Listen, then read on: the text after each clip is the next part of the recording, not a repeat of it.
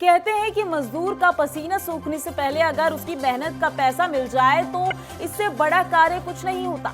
तो वहीं आपको बता दें कि आज मजदूर दिवस है और ये दिवस एक अंतर्राष्ट्रीय दिवस है जिसे दुनिया भर में मनाया जाता है।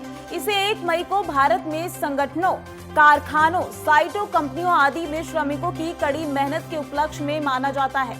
आपको बता दें विभिन्न गैर सरकारी संगठन, एनपीओ, सरकारी या निजी प्रतिष्ठान, कल्याण संघ आदि श्रमिकों के लाभ के लिए काम करते हैं। इस मौके पर जालौन में मजदूरों ने अपना दर्द बयां किया है।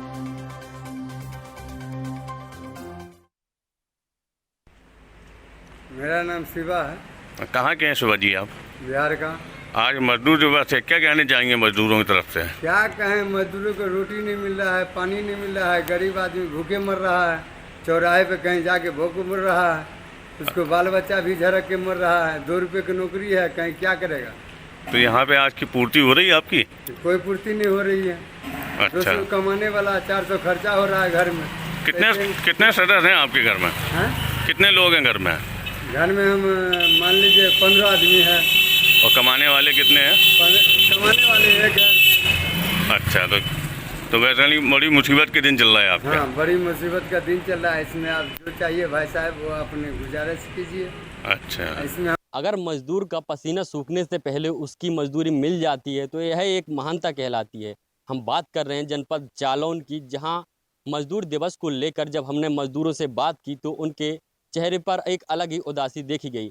हम बात कर रहे हैं उस व्यक्ति की जो बिहार से आकर जालौन में 200 रुपये पर रोज़ काम कर रहा है। वहीं हमने जब उस व्यक्ति से बात की तो उसने बताया कि 200 रुपये में मैं अपने बच्चों का और मैं अपना पेट पालने में मुझे काफ़ी मुसीबत का सामना करना पड़ रहा है। वहीं उसके एक चेहरे पर एक अलग ही उदासी देखी गई और उसके आंखों में आंसू छलक आए। हम बात कर रहे थे उस व्यक्ति की जिसने अपनी सारी दास्तान सुनाई। संभव टीवी के लिए मयंक राजपूत की रिपोर्ट, जालौन। यूपी के अलीगढ़ में 3 दिन से लापता 20 वर्षीय युवक का शव गांव के ही तालाब में बहता हुआ मिला, जिसके बाद इलाके में हड़कंप मच गया। वहीं स्थानीय लोगों का कहना है कि युवक नशे का आदी था। इसके साथ ही परिजनों का कहना है कि युवक 3 दिनों से घर से गायब था, जिसका शव तालाब में बहता हुआ मिला है। इस घटना की सूचना पर पहुंची पुलिस ने शव को पोस्टमार्टम के लिए भेज दिया है। वहीं इस घटना को लेकर इलाके में सनसनी फैल गई है।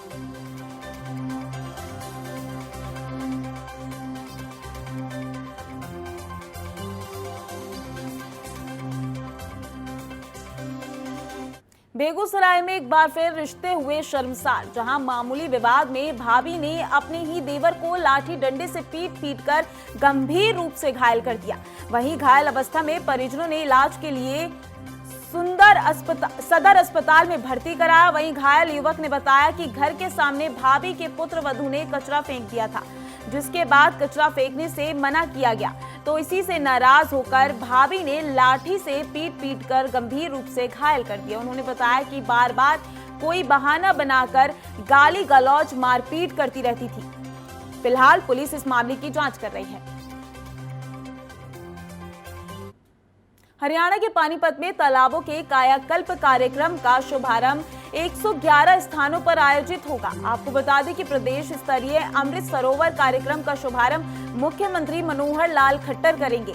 इस दौरान ये सिलसिला 1 मई से 15 अगस्त तक चलेगा। वहीं अमृत सरोवर योजना सभी गांव को तालाब के साथ जोड़ा जाएगा। इसके साथ ही अमृत सरोवर योजना के तहत डिजिटल तरीके से प्राकृतिक पानी को संचय करने का अनूठी शुरुआत होगी। वहीं तालाबों के किनारों पर पौधारोपण को भी बढ़ावा मिलेगा। इसके साथ ही सीएम मनोहर लाल खट्टर ने बिजली की समस्या को लेकर कहा है कि हरियाणा ही पूरे देश बिजली की समस्या है। वहीं पटियाला हिंसा को लेकर भी कहा है कि आप सरकार में हिंसा हो रही है। कि पावर डिपार्टमेंट के नाते से इतना सुधार हमने किया है कि हमने गांव-गांव में 24 घंटे बिजली पहुंचाने का जो वायदा किया था, मेरा गांव जगमग गांव ये योजना चलाई थी। 5600 गांव में 24 घंटे हमने बिजली देने के लिए काम को पहुंचा दिया था। अब बाकी उसमें केवल 800 गांव बचे हैं, वो जल्दी पूरा कर देंगे। इंडस्ट्री उसकी खपत हमारी बढ़ गई है, लेकिन ये इस समय पूरे देश भर में जो एक गर्मी का वातावरण बहुत बढ़ा है, दूसरी ओर से कोयले की तंगी हो गई है। उस कोयले की तंगी के कारण से सब जगह के जो थर्मल प्लांट्स हैं उसमें कई बंद हुए हैं। केवल हमारी समस्या नहीं है, सारे देश में हर जगह समस्या है। बल्कि अगर समस्या का मैं मूल्यांकन करूं तो हरियाणा में बहुत कम समस्या है। हमारे यहाँ तो 1500-1600 मेगावाट कम हुए हैं, और दूसरे प्रदेशों में नाम नहीं लेना चाहूँगा मैं, जहाँ बिजली उनकी आधी मिल रही है उनको।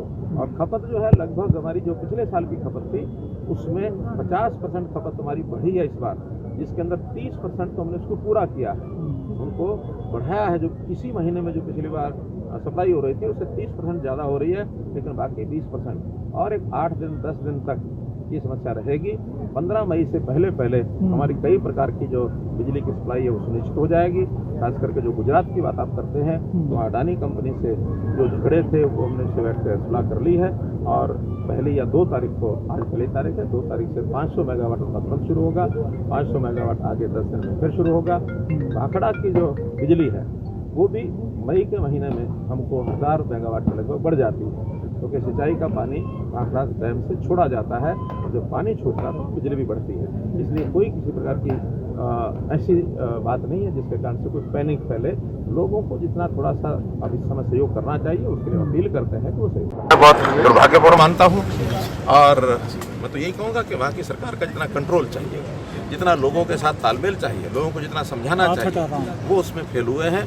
और सरकार के आते ही इस प्रकार का हिंसात्मक जो ये नाच हुआ है ये निंदनीय है। और इस पर फिर भी मैं कहूँगा, पंजाब सरकार को अपील भी करूँगा कि सारी व्यवस्थाएं ऐसी बनाएं ताकि ये चीज़ आगे बढ़े नहीं, और जहाँ है वहीं ये समाप्त हो।